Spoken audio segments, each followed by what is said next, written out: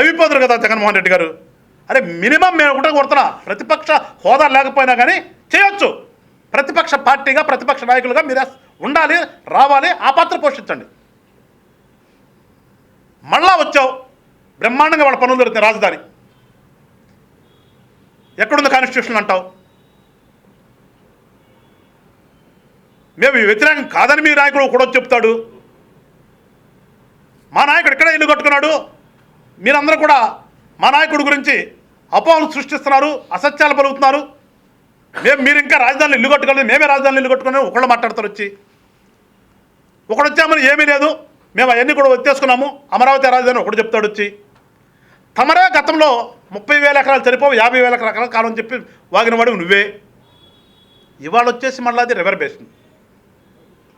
అసలు రివర్ బేసిన్కి నదికి అసలు మినిమం తేడా తెలుసా మీకు? దేన్ని రివర్ బేసిన్ అంటారు?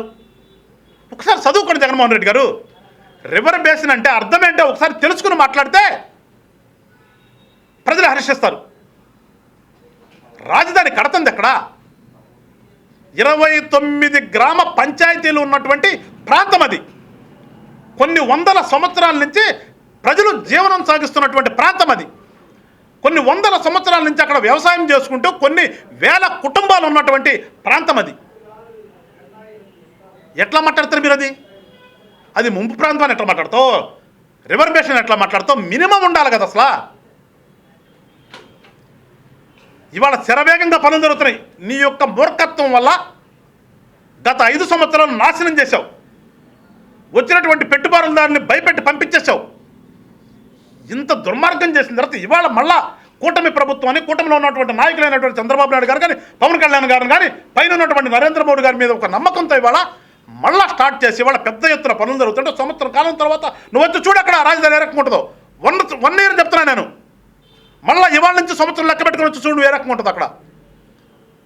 ఇవాళ దానికి చట్టబద్ధత కూడా కల్పించాలని చెప్పి పార్లమెంట్లో మూవ్ అయితే బిల్లు, ఇవాళ వచ్చేసి ఇంగ్లీష్ ఛానల్కి ఒక ఇంటర్వ్యూ ఇస్తూ మళ్ళీ ఏదో అపోహలు క్రియేట్ చేయాలని ఒక ప్రయత్నం చేస్తాం. ఎందుకంటే దుర్మార్గమే ఉంటుంది. రాష్ట్రం బాగుండాలని కోరుకుంటాడు ఏ నాయకుడైనా.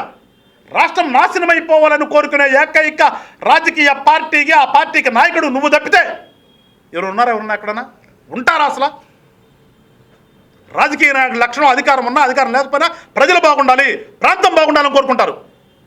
ప్రతిపక్షం ఉన్నప్పుడు కూడా సలహాలు ఇస్తారు గవర్నమెంట్కి. ఎస్ ఇట్లా చేస్తే మనకి అభివృద్ధి ఉంటుంది, ఈ రకంగా వెళ్తే ప్రజలకు మంచి జరుగుతుందని. రే నీ అమ్మ, మీలో ఒక్కడికంటే ఒక్కడికి ఆ లక్షణాలు ఉన్నవాడు ఒక్కడు ఉన్నాడురా మీకు? ఒక్కడంటే